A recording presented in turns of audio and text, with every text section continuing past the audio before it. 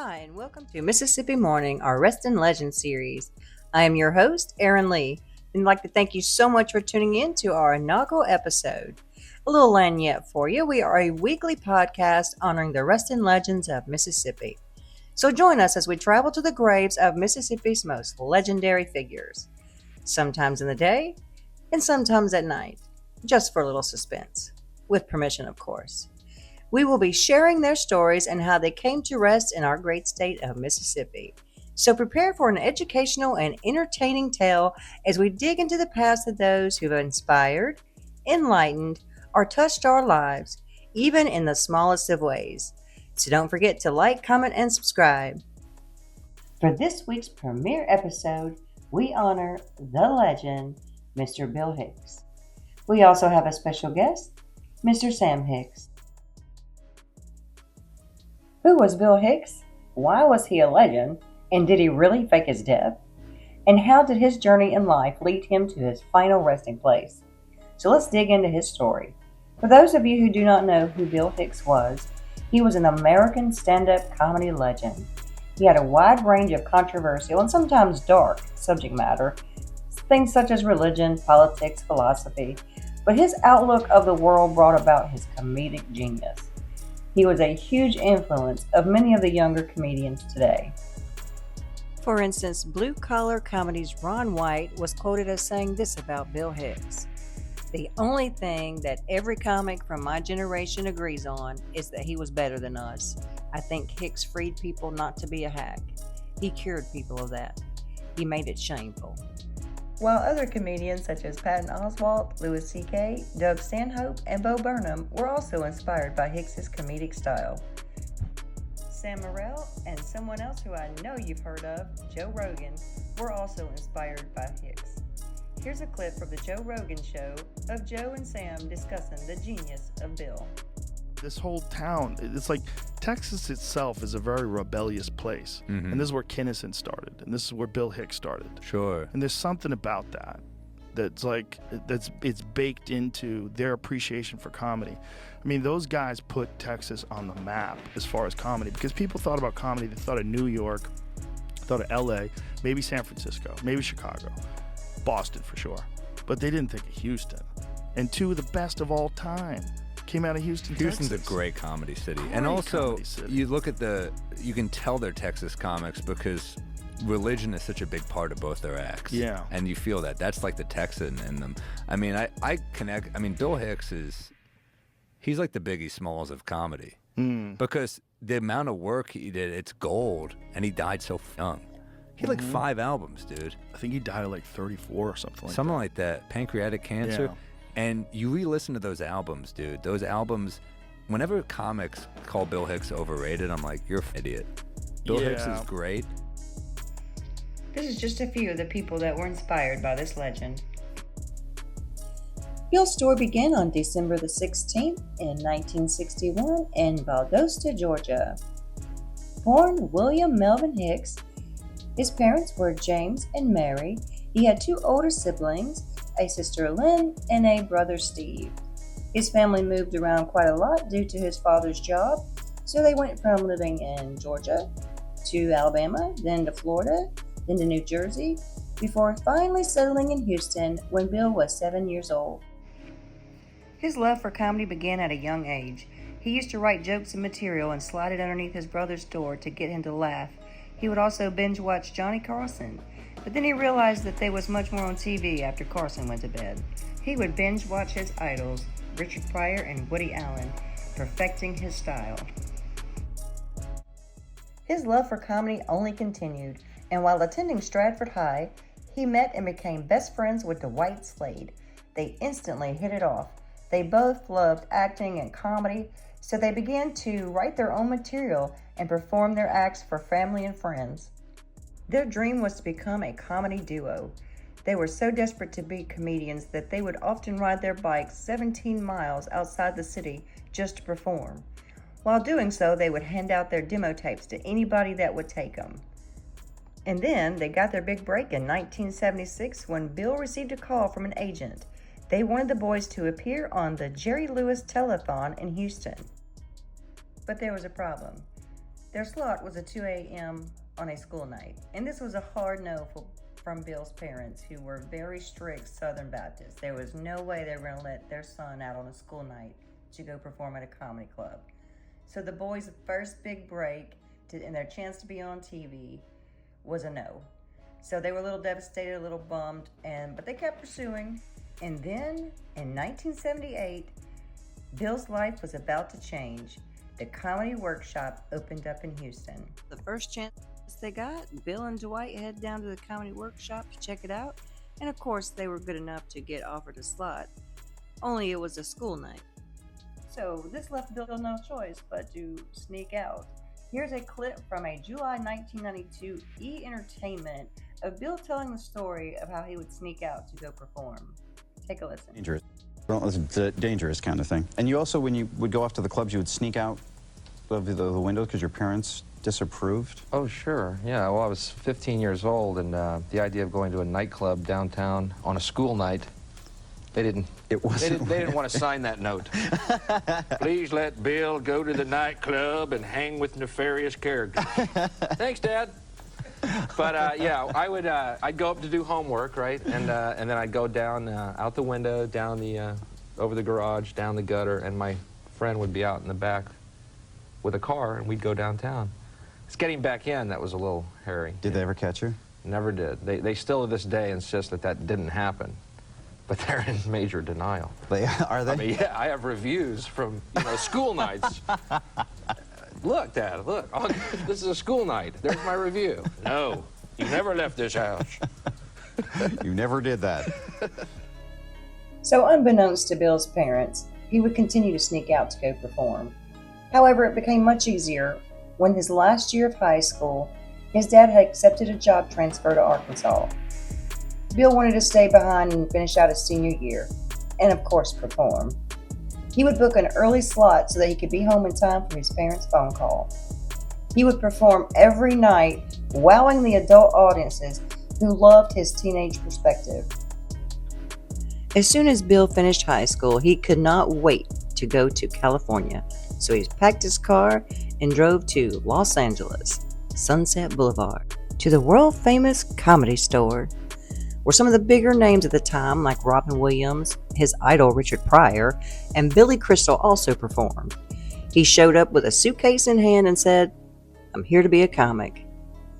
In LA, he was known as the clean-cut comic. He never swore, he just made light of the world around him. He would perform there for the next 4 years, improving his material and getting tips from some of the more seasoned pros, and earned his name on the wall. In 1982, at the ripe old age of 21, he returned to Houston as a seasoned comic. Using the Comics Annex as his home base, he also became one of the Texas Outlaw Comics, along with Sam Kinison and Ron Schock. They weren't just telling jokes, they were pushing the limits, mixing it up in that old Southern charm with raw and unfiltered comedy. Kinison would open with his fire and brimstone delivery, while Hicks added his sharp social commentary, and then Schock would finish off with his wild storytelling, setting the tone for these Texas outlaw comics. Hicks and these early members paved the way for future comedians. Also in 1982, Bill's parents had finally decided that they wanted to catch one of his shows. So they drove down to Austin, where he was performing, to surprise him. And Hicks was unaware that they were even in the audience, so he didn't censor or curb his act in the least little bit. However, they were the ones who were surprised, because they had no idea their son was so funny and that he drew most of his comedy off of the family and their Southern Baptist views. By 1983, Bill was opening for Jay Leno, which led to his next big break, a slot on the David Letterman Show. Jay had apparently called Letterman to tell him how funny this young Bill Hicks was. And Letterman thought, if Jay thinks this kid's funny, so he must be good. So this landed Bill his network television debut in 1984. This would be his first of several appearances throughout the years, and his 12th and final episode in 1993, which sadly was edited out, but we'll circle back to that later. In 1987, Bill gets another surprise. Does anyone remember the hugely popular comedian Mr. Rodney Dangerfield, the I Can't Get No Respect That comedian? Well, he invited Bill to perform on the Rodney Dangerfield's Young Comedian special, which gave Hicks another huge break to his career. Since Bill's comedy was never about joke-telling, it was generating humor with his observant view of others. He got his material from observing other people, which made it even more hilarious. So, he felt like he was becoming complacent there in Houston, and he needed new material and wanted to clear his head and get a fresh start. So in 1988, he packed up his things and he moved to New York City, the Big Apple. Once in New York, he hit the ground running. He began performing a lot. For the next 5 years, he performed probably 300 times a year. With his popularity growing, he finally achieved enough stardom to get what every star wants, a manager. Now that he had a manager, this was a lot of firsts for Bill. He had his first live album in 1990 that he called Dangerous, recorded HBO special One Night Stand, and he also had an electrifying performance at the Just for Laughs Festival in Montreal. It was during this time that he met his fiancée. Sadly, the two never got the chance to marry. Towards the end of the year, he made his first appearance in Britain, and they loved him. He was a rock star over there, packing out large venues compared to the smaller comedy clubs here in America. The British actually got him. They got his unfiltered, raw sarcasm, which earned him a huge devoted fan base. And although he was revered as a comedian's comedian here in America, some of the American audiences were just not wowed by his edgy, unapologetic disdain for the American government. And while he was a patriot, mind you, he loved his country. However, the American audiences did not get his humor. But you also have to remember at this time, comedians in America had to stick to a fairly safe repertoire of jokes. And this was not Bill. He wanted to do his own thing. Kind of like his first album titled Dangerous. To some, he was considered dangerous. He really made his mark, though, in the UK in 1991 at the Edinburgh Festival. There he won the Critics' Award. And he also followed up in 1992 with 2 sellout tours of Revelations at the Dominion Theatre in London, which was also broadcast by Channel 4. Also in 1992 is when he released his comedy album Relentless. After his very successful tour in the UK, Hicks returned to America, reunited with his longtime friends, and collaborated to release Marblehead Johnson album that featured songs written by Hicks. In March of 1993, Bill had also been touring Australia, and it was during this time that he began to notice and experience some stomach pains. But he pushed through and he finished the tour. Sadly, Revelations would be Bill's last special. Hicks's band, Marblehead Johnson album, had inspired such groups as Tool and Radiohead. Music had always been a big part of Bill's life, especially rock. And when the Los Angeles-based band Tool invited Hicks to open some Lollapalooza shows for them, he was ecstatic. During this collaboration, the guys from Tool and Bill would form a very close friendship that would extend even after his death. During one of his opening acts for Tool at the Lollapalooza in June of 1993, Hicks did something that virtually stopped the show. To a huge crowd of thousands of Tool fans, Hicks asked a simple favor. He said he had lost a contact lens and he needed help finding it. And thousands of people actually started looking for this contact lens. If anyone remembers being at that show and remembers this epic moment, please comment down below. This is too funny. This is epic that he convinced thousands of fans to look for a contact lens. The power of comedy and alcohol. Sadly, it was the same month when Bill received the news. While performing in Austin, Texas, Bill had called his family from the hospital with the devastating news. At first, his family assumed it was some sort of joke. However, they quickly learned that it was not. He was diagnosed with pancreatic cancer. He didn't tell his friends or his fans until much later. He still performed, continued working on his music and other projects with his friends, among them his friend Dwight Slade, who had also co-wrote the screenplay The Suburbs, and although it gained some momentum in the industry, it went unproduced. While he was secretly receiving chemo treatments, he worked on Arizona Bay and Rant in E minor. All the while, His friends had no idea how sick he was. Bill was the first person censored at CBS since Elvis. David Letterman decided that Hicks's comedic material was just too hot for viewers, and although he had appeared on the Letterman show 11 other times during his career, on October 9th of 1993, 4 months after his diagnosis, Bill recorded his 12th scheduled appearance on CBS's Late Night with David Letterman. Convinced that it had been his best performance ever, he received a call shortly after leaving the studio that his performance in its entirety had been cut from the televised show. This was a devastating blow that upset him and angered him. He could not understand the appearance had been approved several times. He was even praised and congratulated on his performance. In a number of interviews following the incident, including an interview a few days later with Howard Stern, he stated that there had been no clear reason given for a cutting of his show. After this cut that devastated him, he told his friends that he was done. He was tired of trying to please the people who wanted him to be something that he wasn't. He just wanted to be himself. The last year of his life, something had shifted in Bill. He was tired. Was it the cancer, or was it the relentless attack of him and his material that was just too much for, sometimes the truth is hard to handle. But some had even noticed that Hicks's trademark all-black wardrobe, which often led to him being affectionately referred to as the Prince of Darkness, it had shifted to a more neutral autumn attire. This was clearly noticed in his November 17, 1993 performance at Igby's Comedy Club in Los Angeles. He went there to do his show, and he told his fans that this would be his last show ever. No one believed him. They thought he was joking, or that some even speculated that he was moving to England.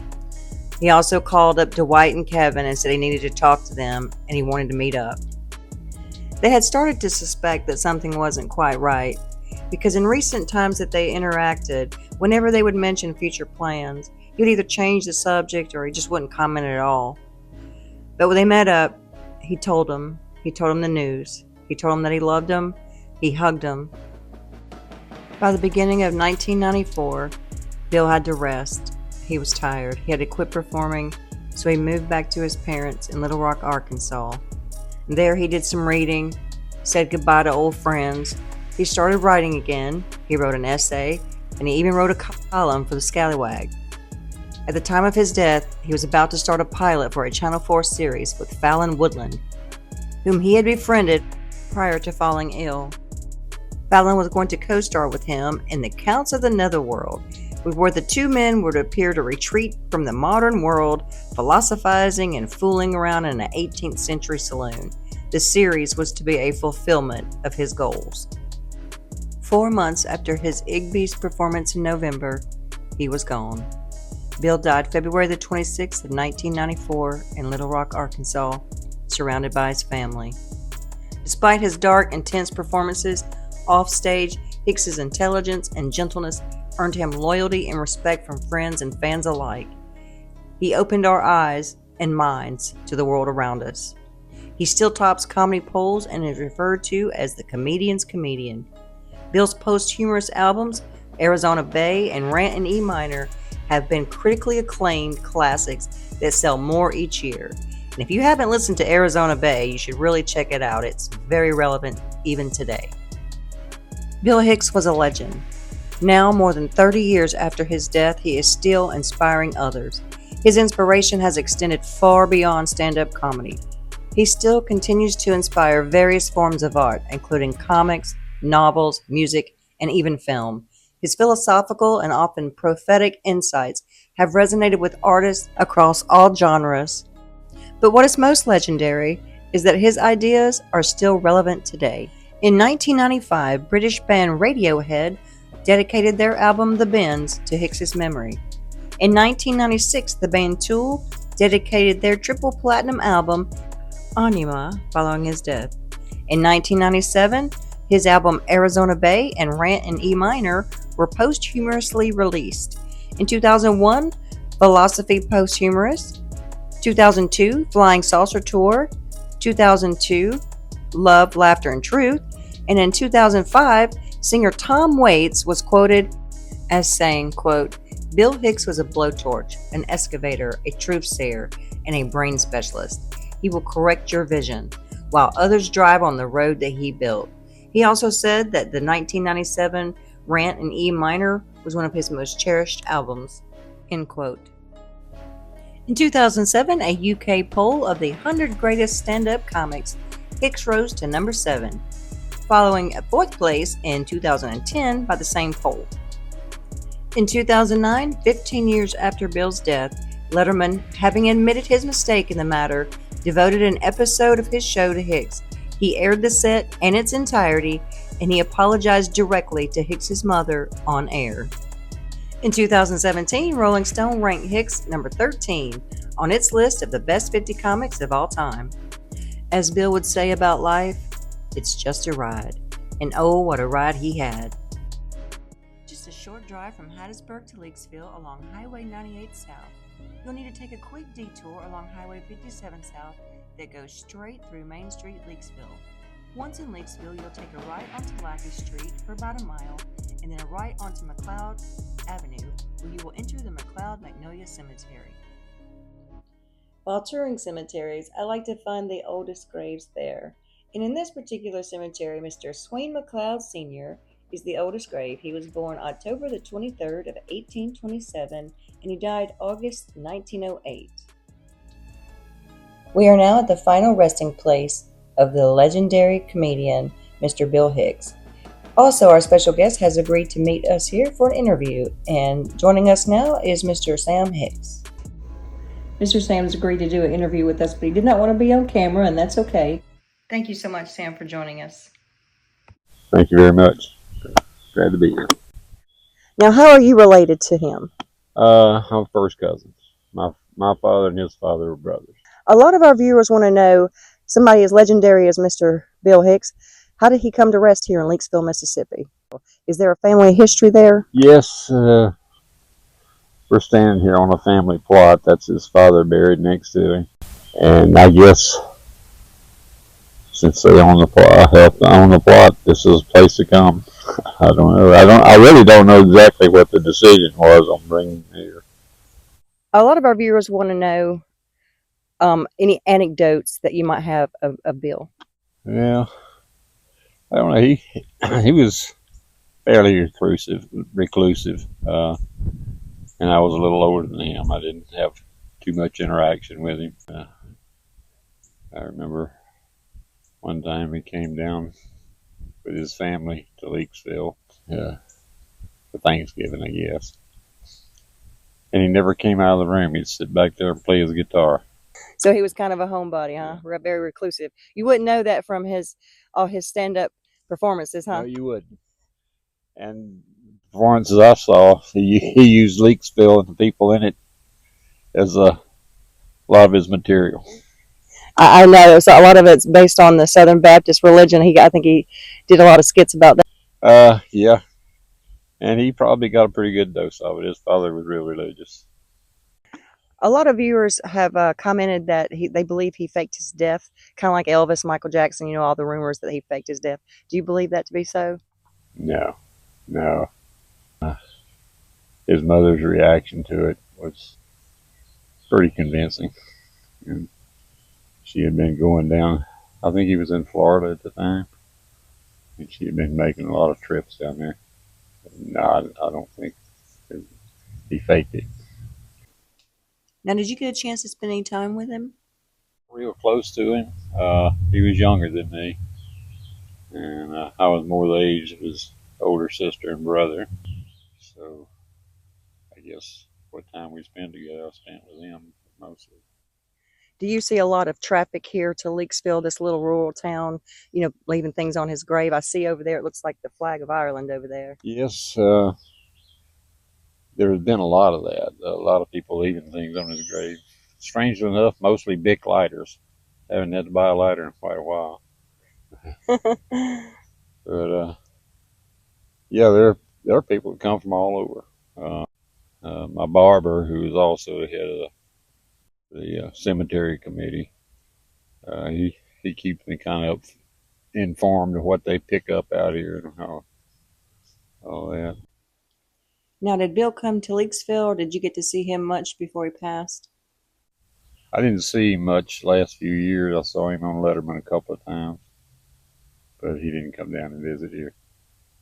That's another curiosity about Letterman show when he edited that last final episode that he did. Uh-huh. And I know there was a lot of uproar about that. And he later came out and apologized to his mother. Do you think that was a heartfelt apology from him? Do you think his mother bought that? I hope so. I know she was hurt by it. He was just one of a kind, did his own thing. Well, Sam, it was a pleasure meeting you, and thanks so much for agreeing to do this interview with us and sharing a little bit of Bill's story. Thank you so much. We do appreciate it. Thank you very much. Before leaving the cemetery, Sam and I placed a small bouquet of flowers at the headstone of this resting legend for honor and remembrance. Sorry, Bill, I didn't have a big lighter. I left in love, in laughter, and in truth. And wherever truth, love, and laughter abide, I am there in spirit. Bill Hicks. Thank you so much for tuning in to our inaugural episode of Mississippi Morning's Resting Legends. Don't forget to tune in next week as we travel to Brookhaven, Mississippi. Can anybody guess the resting legend we will be covering next week? Oh, and if anyone knows the details about the Ireland flag, please shoot me a comment or an email. I really want to know more. I'm Erin Lee, reminding everyone to be kind and stay humble. Thanks for watching.